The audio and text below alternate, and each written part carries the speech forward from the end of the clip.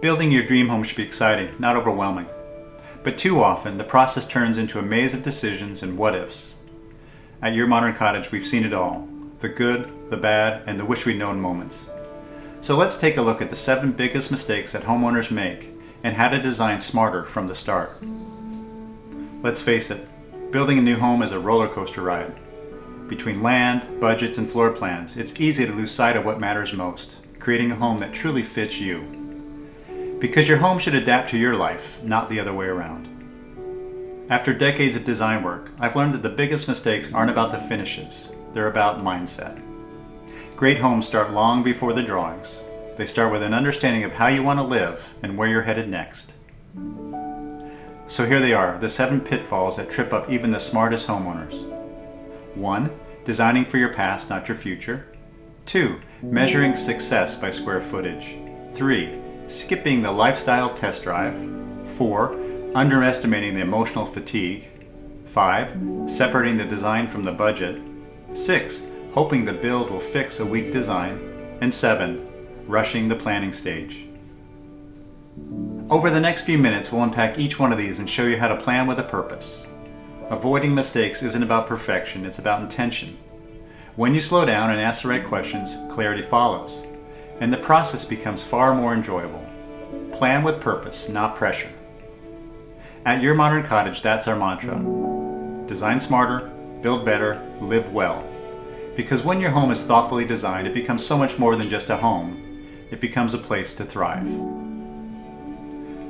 The first mistake so many homeowners make is designing in reaction, not with intention. It's easy to focus on fixing what didn't work in your last home, that awkward kitchen, the tiny mudroom, the lack of storage.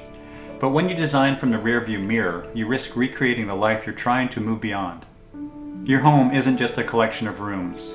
It's a stage for your next chapter, a reflection of who you're becoming, not who you were. And that shift in perspective changes everything.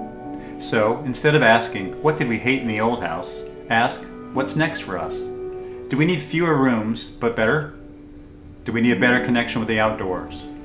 Do we need a space for quiet, creativity, or simply a place to recharge? Start by designing your days, then design the spaces that support them. When you plan with your future self in mind, you create a home that grows with you, not one that holds you back. Somewhere along the way, bigger became better. We started to believe that more square feet meant better value, as if space alone could buy us happiness and comfort. But here's the truth. More rooms mean more to clean, more to heat, more to cool, and more to furnish, not necessarily more to live. I've seen plenty of homeowners chase size, only to end up with spaces that sit empty, or disconnected, or unused. And here's the flip side. Trying to shrink square footage can be just as risky. Many homeowners believe that shaving off square footage is the fastest way to saving money, but in fact it often does the opposite. When every square inch is squeezed, you lose flexibility. Circulation gets tight, furniture feels forced, and the cost per square foot can actually increase, because you're packing the same systems, structure, and finishes into a smaller, less forgiving footprint. The magic of a great home isn't about how much you build, it's how well it lives. It's about proportion, flow, and light. About designing spaces that actually fit your life, the way you gather, recharge, and connect. Right-sized design isn't about pushing limits, it's about finding balance. A home that's slightly generous where it matters, and efficient where it counts, lives better and lasts longer. So, before you start adding or cutting square footage, pause and ask yourself, does this space make my life better or just bigger? Because the goal isn't to impress with size, it's just to feel right. And when every inch has its purpose, right-sized living becomes the new luxury. Here's a fact. You can't really know how a home will feel until you live in it, but you can get pretty close. Too often, people fall in love with floor plans on paper, only to discover later that the spaces didn't live the way they imagined. It's one thing to design a home that looks good on screen. It's another to create one that feels right when you're actually in it. Without taking your plan for a test drive, you're just guessing how your life will unfold inside those walls. Rooms may look great individually, but fail to flow together. Movement can feel awkward. Corners that seem cozy on paper can end up to be really tight in real life. A beautiful home can still feel wrong if it doesn't actually support how you live. Here's my advice. Walk your plan. Tape it out on your floor or mark it in your yard. Pretend you're living your day, making coffee, coming in with groceries, hosting friends. Notice how it feels to move, to pause, to gather.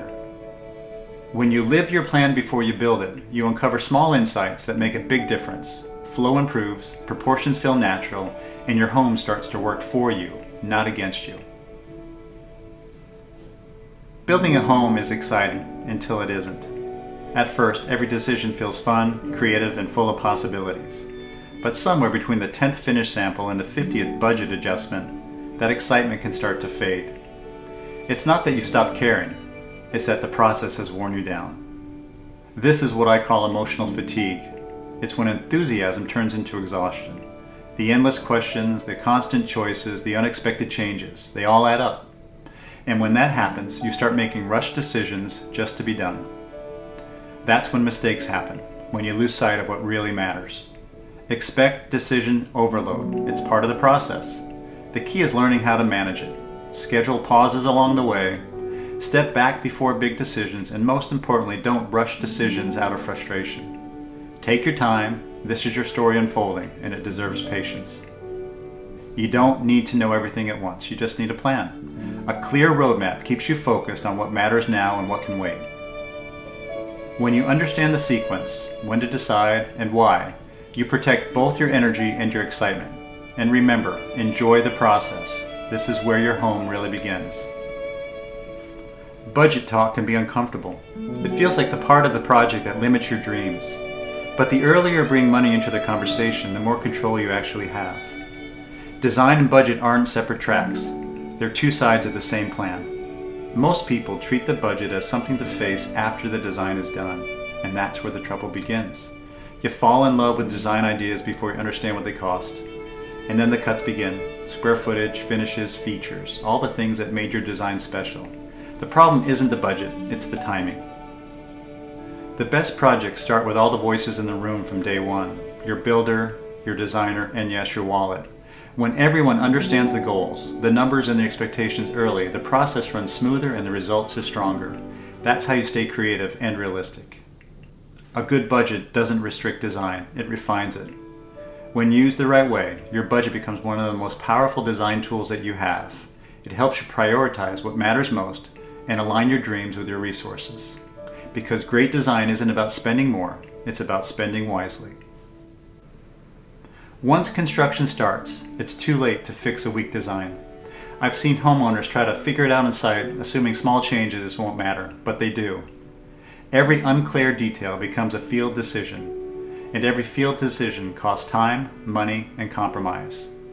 Good design solves problems before the first shovel hits the ground. A strong plan is your best insurance policy.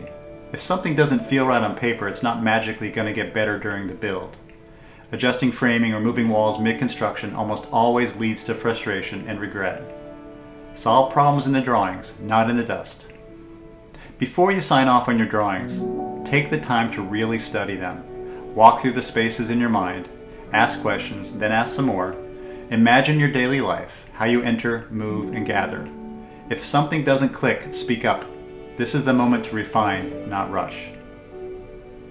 Great homes are built twice, once on paper and once in the field. The first version is where you make your mistakes safely, with a pencil and conversation. The second is where it all comes to life.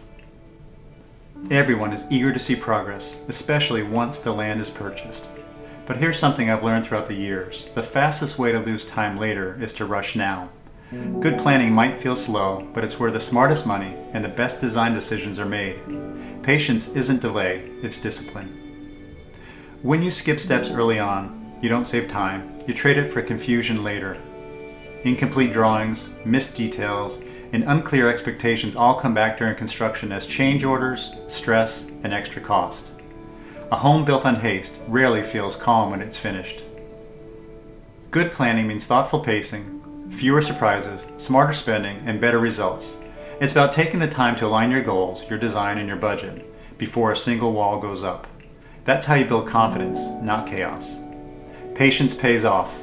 A well thought out plan on day one builds a better home for years to come. So take your time. This is where your vision becomes reality. And remember, enjoy the process. This is where your home really begins. Designing and building your home isn't just about reaching the finish line. It's about enjoying the journey. Every choice, every drawing, every conversation is a chance to shape not just a house, but a way of living. When you slow down, think forward, and design with purpose, you create more than a house. You create your modern cottage. Good design doesn't happen by accident. It's the result of slowing down, asking the right questions, and making decisions to reflect your life, today and for tomorrow. When you plan with intention, your home becomes more than shelter. It becomes a reflection of who you are and where you're headed. If this series has resonated with you, I invite you to join our community, your new home build roadmap. It's a space for homeowners, designers, and builders to learn, connect, and share clarity, so you can move forward with confidence, no matter where you are in your journey. Let's design smarter, let's build better, let's create homes that truly fit the life you want to live.